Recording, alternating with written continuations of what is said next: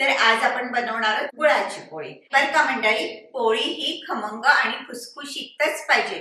बोटाने मोडली तर पटकन सुरा व्हायला पाहिजे आणि त्याच्यामधला गुळ जो असतो तो चिवट आणि चिकट नको आणि गुळ पोळीचं पोट फोडणारा तर अजिबात नको। आणि पहिलं जे आपलं टेन्शन असतं की गुळ कसा तयार करायचा, तर हेच मेन आहे। गुळ परफेक्ट तयार झाला पाहिजे। तर तो कसा तयार करायचा हे बघूया। गुळ आपण मायक्रोवेव्ह मध्ये ठेवून मऊ करून घेऊया। 1 किलोच्या ढेपेसाठी मायक्रोवेव्ह ओव्हन 1 मिनिटासाठी हाय पॉवर वरती सेट केलाय आणि गुळ गरम करायला ठेवलाय।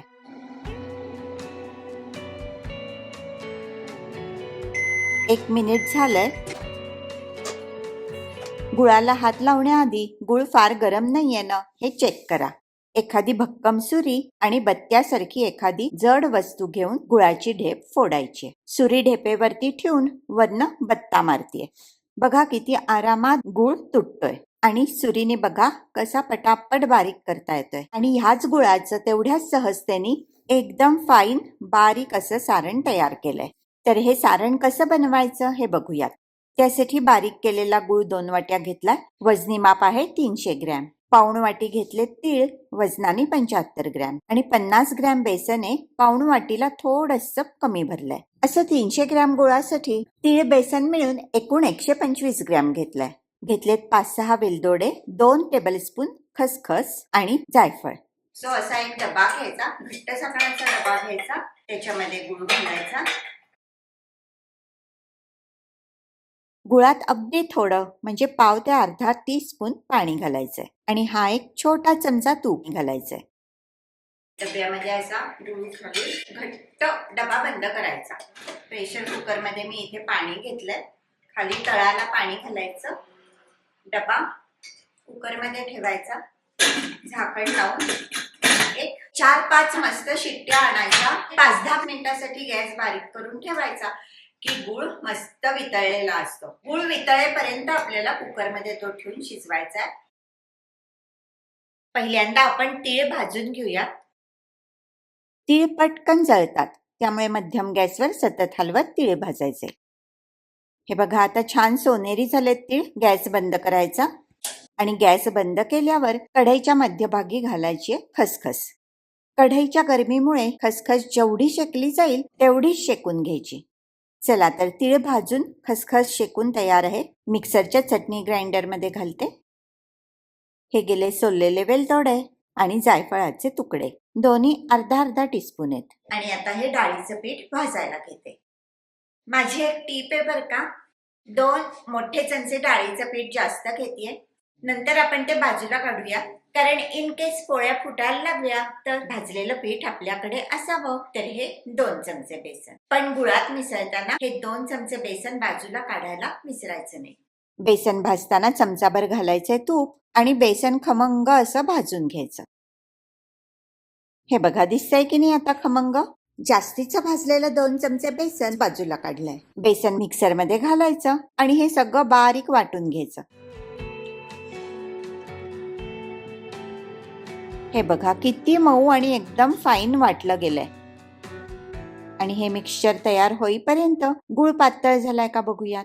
कुकरला मी जवळजवळ 5-6 शिट्ट्या दिल्या आणि 5-10 मिनिटं बारीक गॅसवरती कुकर ठेवला आता आणि त्यामुळे गुळ पाहिजे तसा पातळ झालाय। गुळात एकही खडा नाहीये। आता 300 ग्रॅम गुळासाठी तीळ आणि बेसन मिळून आपण 125 ग्रॅम घेतलंय। तर ज्यांना शुगरचा प्रॉब्लेम आहे, साखर वर्ज्य आहे, त्यांनी 300 ग्रॅम गुळासाठी इतर सामान 200 ग्रॅम घ्यावं। त्यात तुम्ही तीळ, खोबरं, दाणे, बेसन असं तुमच्या तब्येतीसाठी योग्य तो पदार्थ घालू शकता, वाढवू शकता। याच्यामुळे पोळी थोडीशी अगोड होईल, पण अशी पोळी तुम्ही जास्त प्रमाणात खाऊ शकता, एन्जॉय करू शकता। हेही नसे थोडं के, हो की नाही। तीळ बेसनाचं वाटण ताटात काढून घ्यायचं आणि त्याच्यामध्ये हा पातळ गुळ एकत्र करायचा। गुळ खूपच गरम असतो, गार होईपर्यंत अजिबात याला हात लावू नका, चमच्यानेच मिक्स करा। गुळ जसा थंड होईल तसं मिश्रण आळत जाईल। गुळ कोमट झाल्यानंतर हाताला थोडंसं तूप लावून गुळ मळून घ्यायचा। थोड्या वेळ ठेवला की तो अगदी कोरडा होणार आहे। हे बघा एक 15 मिनिटांमध्ये हे सारण असं कोरडं होतं। ह्या सारणामध्ये गोळे गोळे असतात आणि ह्याच गोळ्यांमुळे पोळी फुटते। त्यामुळे हे मिश्रण मिक्सर मधनं वाटून घ्यायचं। अर्धा गुळ वाटून झाला आणि आता उरलेला अर्धा पण वाटून घेते. असा सगळा गुळ वाटून झालाय. काही खडे आहेत का बघण्यासाठी हे सारण असं घोळून घ्यायचं. घोळल्यानंतर मोठे मोठे खडे असतील ते वर येतील. वर आलेले मोठे खडे किंवा गोळे परत एकदा वाटून घ्यायचे. याच्यामध्ये कुठेही खडे गोळे दिसत नाहीयेत, तरी पण सारण परत एकदा मिक्सरमधनं वाटून घेतलंय आणि दुसऱ्यांदा वाटल्यानंतर सारण एकदम सुपर फाईन झालंय. गुळ असा तयार असेल की आपल्या सोयीनुसार पाहिजे तेव्हा पोळ्या आपण बनवू शकतो. आणि 8 दिवस आधी हे सारण बनवून तुम्ही फ्रीज बाहेरच ठेवू शकता. लाटीची पुरी लाटायची आणि ह्या सारणाने पोळीसाठी उंडा भरायचा. वाटी भरेल एवढं सारण भरायचं, करंजीसारखं बंद करायचं आणि दोन्ही टोकं जुळवायची की झाला उंडा तयार. उंडा व्यवस्थित दाबून घ्यायचा, मग लाटायचा, म्हणजे सारण पोळीच्या कडेपर्यंत नीट पसरतं.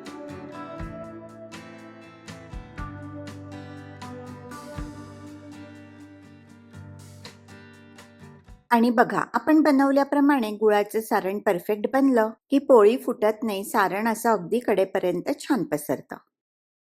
आणि बघा, अशी टम्म पोळी फुगेल. फुगल्यानंतर मात्र गॅस मीडियम लोवर करायचा. पोळी उलटायची. दोन्ही बाजूनी पोळी शेकली गेली की थोडंसं तूप सोडायचं आणि दोन्ही बाजूंनी तूप सोडून पोळी खरपूस भाजली की पोळी 15-20 किंवा त्याहून जास्त दिवस पण खुसखुशीत राहते. त्यामुळे सारण परफेक्ट बनणं हे गरजेचं असतं आणि त्यासाठी हा व्हिडिओ आवडला असेल तर लाईक करा, चॅनल शेअर आणि सबस्क्राईब करून तुमचा सपोर्ट द्या.